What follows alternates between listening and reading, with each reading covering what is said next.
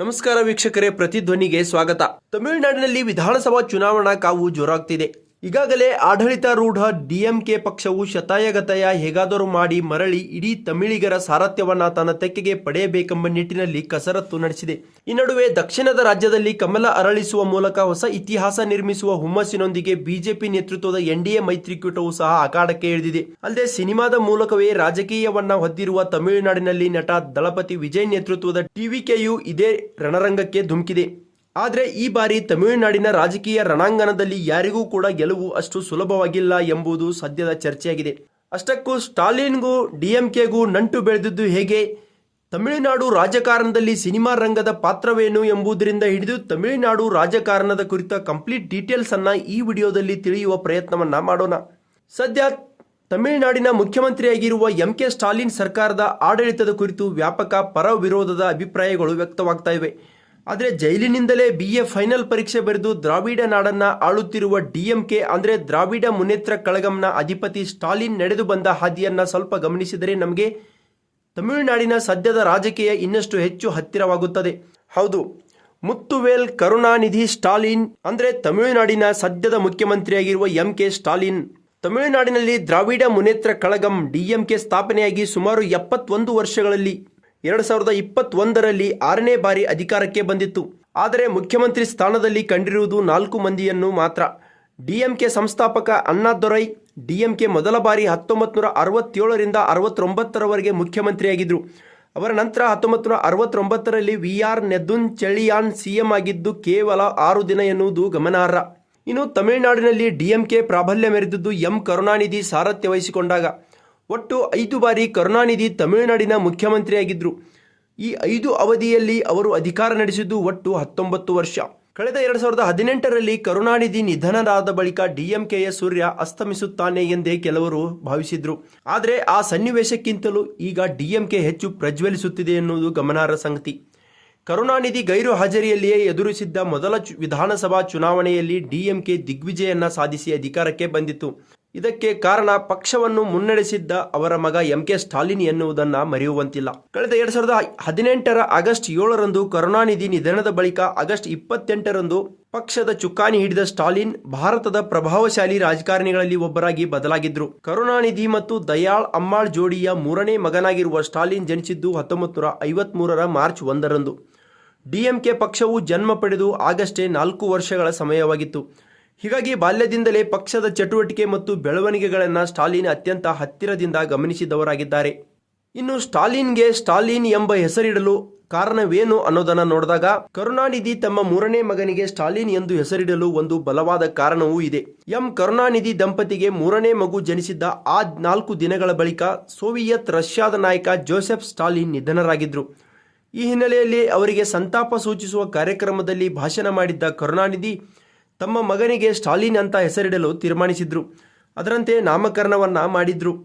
ಬಳಿಕ Madras Christian college higher secondary ಸ್ಕೂಲ್ನಲ್ಲಿ ಅಧ್ಯಯನ ಮಾಡಿದ್ದ ಕೆ ಸ್ಟಾಲಿನ್ ವಿವೇಕಾನಂದ ಕಾಲೇಜಿನಲ್ಲಿ ಪದವಿ ಪೂರ್ವ ಶಿಕ್ಷಣ, ಚೆನ್ನೈನ ಮದ್ರಾಸ್ ವಿಶ್ವವಿದ್ಯಾಲಯದಲ್ಲಿ 1973ರಲ್ಲಿ ಇತಿಹಾಸ ಪದವಿಯನ್ನು ಗಿಟ್ಟಿಸಿಕೊಂಡ್ರು. ನಂತರ 1975ರ ಆಗಸ್ಟ್ 25ರಂದು ದುರ್ಗಾ ಎಂಬುವವರನ್ನ ವಿವಾಹವಾದರು. ಈ ಸ್ಟಾಲಿನ್ ದಂಪತಿಗೆ 2 ಮಕ್ಕಳು. ಅವರಲ್ಲಿ ಸದ್ಯ ತಮಿಳುನಾಡಿನ ಸಚಿವರಾಗಿರುವ ಉದಯನಿಧಿ ಸ್ಟಾಲಿನ್ ಒಬ್ಬರಾಗಿದ್ದಾರೆ. ಅದು 1976ರ ಸಮಯ. ಅಂದಿನ ಪ್ರಧಾನಿ ಇಂದಿರಾ ಗಾಂಧಿ ದೇಶದ ಮೇಲೆ ತುರ್ತು ಪರಿಸ್ಥಿತಿ ಹೇರಿದ್ದ ಕಠಿಣ ಸಂದರ್ಭವಾಗಿತ್ತು.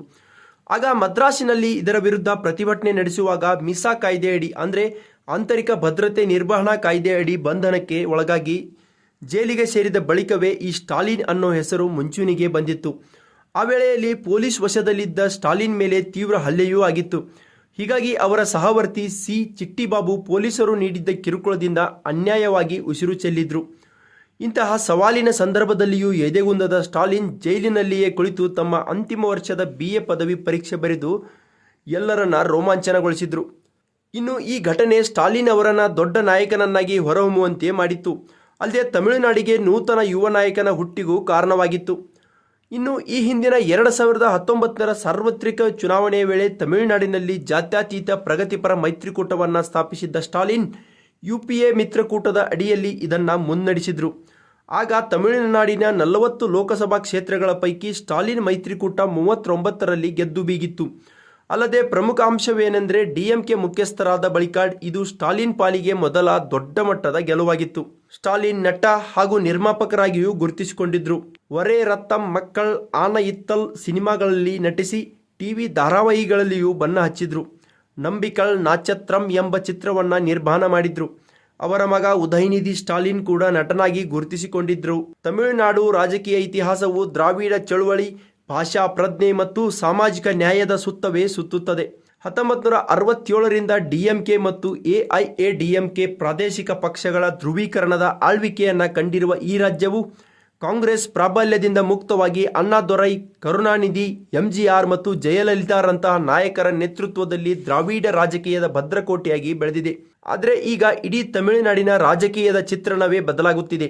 ದಿನ ಕಳೆದಂತೆ ರಾಜಕಾರಣದ ಸ್ವರೂಪವೇ ತನ್ನ ಮಗ್ಗಲನ್ನು ಹೊರಳಿಸುತ್ತಿದೆ.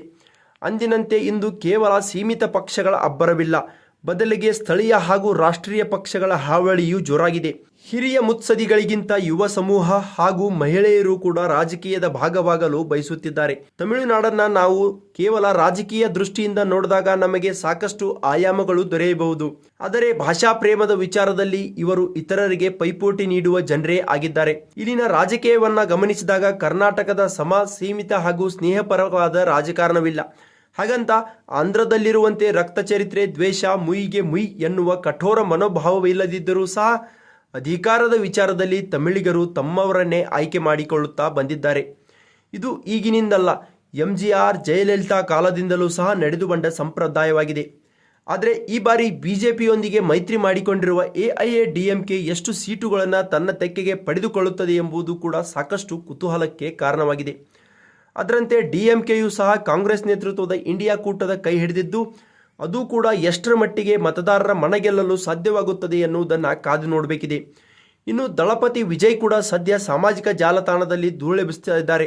ಪ್ರತಿಯೊಂದು ಸಭೆಗೂ ಅಪಾರ ಸಂಖ್ಯೆಯಲ್ಲಿ ಜನರು ಸೇರುತ್ತಿದ್ದಾರೆ. ಆದರೆ ಆ ಅಭಿಮಾನ ಮತದ ರೂಪದಲ್ಲಿ ಪರಿವರ್ತನೆಯಾಗುವುದು ಎಷ್ಟು ಸಾಧ್ಯ ಎಂಬ ಪ್ರಶ್ನೆಯೂ ಮೂಡುತ್ತಿದೆ. ಈ ನಡುವೆಯೇ ಸಿನಿಮಾ ರಂಗದಿಂದ ರಾಜಕೀಯಕ್ಕೆ ಪ್ರವೇಶಿಸಿರುವ ವಿಜಯ್ಗೆ ಯುವಕರು ಹಾಗೂ ಮಹಿಳೆಯರೇ ಅಧಿಕ ಪ್ರಮಾಣದಲ್ಲಿ ಅಭಿಮಾನಿಗಳಾಗಿದ್ದಾರೆ. ಈ ಎಲ್ಲ ಕಾರಣಕ್ಕೆ ಈ ಬಾರಿಯ ತಮಿಳುನಾಡಿನ ವಿಧಾನಸಭಾ ಚುನಾವಣೆ ಹೆಚ್ಚು ಗಮನ ಸೆಳೆಯುತ್ತಿದೆ. ಹೆಚ್ಚಿನ ವಿಡಿಯೋಗಳಿಗೆ ಪ್ರತಿಧ್ವನಿ ಯೂಟ್ಯೂಬ್ ಚಾನೆಲ್ ಸಬ್ಸ್ಕ್ರೈಬ್ ಮಾಡಿ, ಬೆಲ್ ಐಕಾನ್ ಕ್ಲಿಕ್ ಮಾಡಿ.